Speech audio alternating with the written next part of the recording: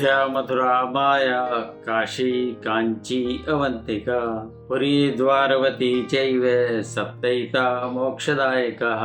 शुभम भूयात के अद्भुत अप्रतिम सनातन के पिछले अंक में आपने चार धाम के संबंध में चर्चा सुनी थी। प्रत्येक सनातनी की जीवन की इच्छा होती है कि वह जिस प्रकार चार धाम करना चाहता है जीवन में, उसका मनोरथ रहता है, उसकी कामना रहती है कि कभी न कभी वह चार धाम की यात्रा करे। उसके साथ ही संपृक्त होती है सप्तपुरियों की यात्रा भी।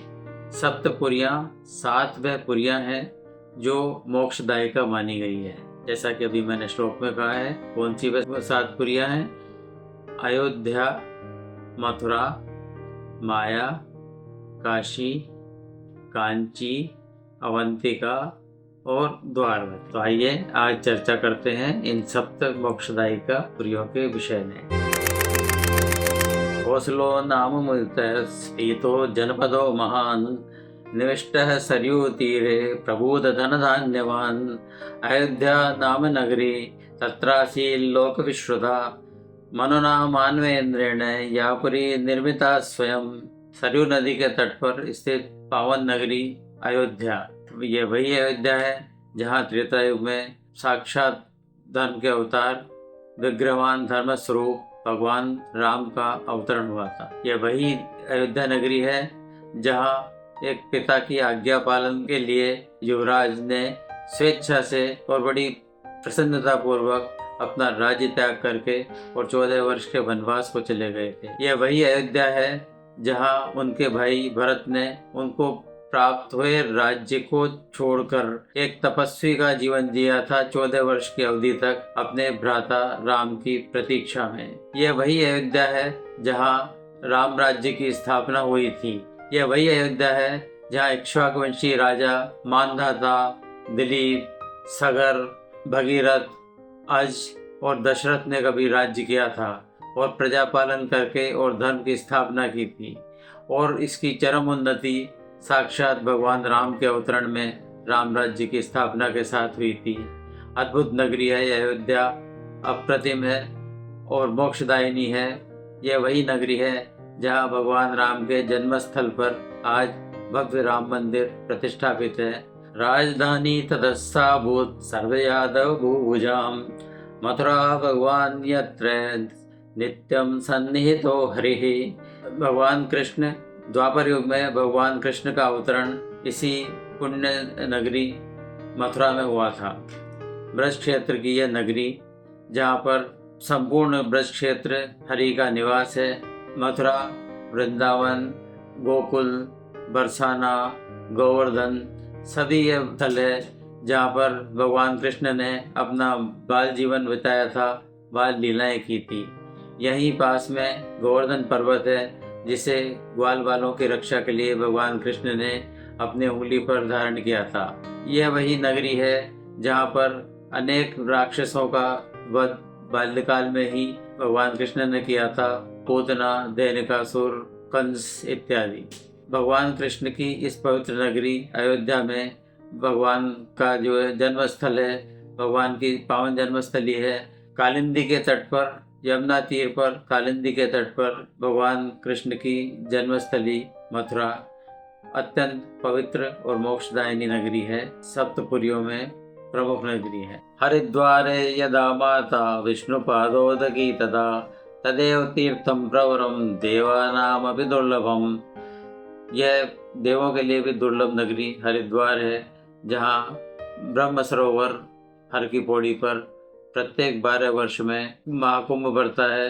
12 वर्ष में तब जबकि देवगुरु बृहस्पति कुंभ राशि में संचरण करते हैं तथा सूर्य एवं चंद्रमा मेष राशि में संचरण करते हैं, तब संपूर्ण भारतवर्ष से और विदेशों से भी सनातन आस्थावान लोग कुंभ में आते हैं स्नान करने के लिए। यह ऐतिहासिक और पावन नगरी है हरिद्वार। अगली पावन नगरी है काशी। काशी मोक्षदायिनी है।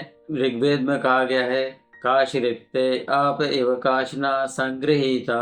ऋग्वेद की ऋचाओं में काशी का यह उल्लेख सिद्ध करता है कि यह एकमात्र विश्व की ऐसी नगरी है जो सबसे प्राचीन नगरी है और आज भी जीवंत है। यह गंगा तट पर, वो गंगा के वाम तट पर असी और वरुणा नदी का जहाँ संगम होता है वहाँ काशी स्थित है। काशी वही काशी जो काशी विश्वनाथ की नगरी है। विश्वनाथ जो ज्योतिर्लिंग है वो वहीं विराजते हैं। यह वही नगरी है जो काशी के कोतवाल द्वारा रक्षित होती है। शिव जी के त्रिशूल पर विराजित है काशी। मोक्षदायिनी है काशी, और काशी को अविमुक्त क्षेत्र कहा गया है। काशी वह क्षेत्र है जहाँ प्राचीन काल में संपूर्ण भारत से शिक्षा ग्रहण करने के लिए बालक जाते थे। काशी विद्वत सभा का स्थान है। काशी की जो है विद्वत सभा सब जगह प्रसिद्ध है। प्राचीन काल में काशी की विद्वत सभा प्रसिद्ध हुआ करती थी और जहाँ विद्वानों की शास्त्रार्थ हुआ करते थे। परम पावन मोक्षदायिनी है काशी या वाराणसी, जिसे आजकल बनारस भी कहते हैं। अगली पावन नगरी है कांची। कहा गया है पुष्येषु जाति पुरुषेषु विष्णु नारीषु रंभा नगरेषु कांची। परम पवित्र ब्रह्मा जी की तपस्थली कांची नगरी है, तमिलनाडु के पास। परम पवित्र नगरी ब्रह्मा जी की तपस्थली रही कांची तमिलनाडु में विद्यमान है। यह वही कांची है जहाँ पर ब्रह्मा जी ने तप किया था। यह वही कांची है जिसे 1000 मंदिरों का स्थान कहा गया है। यहाँ विष्णु कांची, शिव कांची, दोनों कांचीपुरम में विष्णु कांची और शिव कांची दोनों विराजते हैं। भगवान विष्णु का प्रसिद्ध मंदिर वरदराज पेरुमाल वहीं स्थित है। 4 खम्भों वाला मंदिर प्रसिद्ध है। वेगवती के नदी के तट पर स्थित कांचीपुरम में कैलाशनाथ मंदिर प्राचीन भारतीय शिल्प शास्त्र का अनुपम उदाहरण है। यही शक्ति का अनुपम मंदिर कामाक्षी अम्मन मंदिर है जो प्रसिद्ध है। इस प्रकार कांची विष्णु, शंकर और शक्ति तीनों की भक्ति का एक समागम है, एक पवित्र नगरी है, इसलिए इसे मोक्षदायिका नगरी कहा गया है। अगली नगरी है अवंतिका अथवा उज्जैनी। अवंतिकायां विहितावतारं मुक्ति प्रदानाय च सज्जनानाम् अकाल मृत्यो परिरक्षणार्थम वंदे महाकाल महासुरेशम।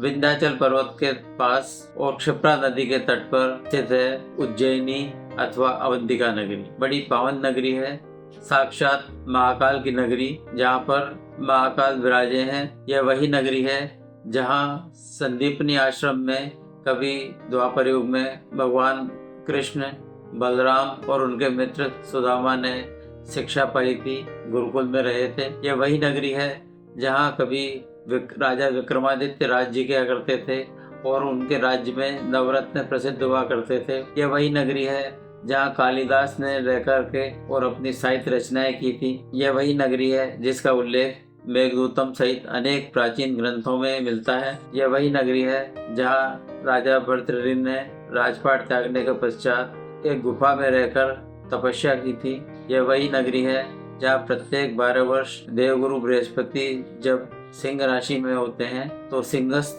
कुंभ यहीं पर संपन्न होता है, क्षिप्रा नदी के तट पर। यह वही नगरी है जहाँ प्राचीन भारत की याम्योत्तर रेखा गुजरा करती थी और कर्क रेखा पर स्थित इस उज्जैनी नगरी पर भगवान भुवन भास्कर अपनी उत्तरायण यात्रा पूर्ण करके और भगवान महाकाल को शीश नवाकर पुनः अपनी दक्षिण गति पर संचालित होते हैं, पुनः अपनी दक्षिण गति की ओर प्रवृत्त होते हैं।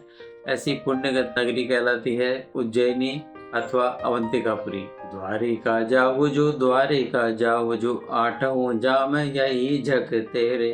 कवि नरोत्तम दास की एक कविता आपने अवश्य सुनी होगी, जिसमें सुदामा को द्वारिका जाने के लिए उनकी पत्नी निरंतर आग्रह करती है। द्वारका जहाँ पर भगवान द्वारकाधीश ने अपनी राजधानी बसाई थी, द्वारका की स्थापना भगवान कृष्ण ने की थी और यहीं पर बैठकर वो अपने राजकाज किया करते थे।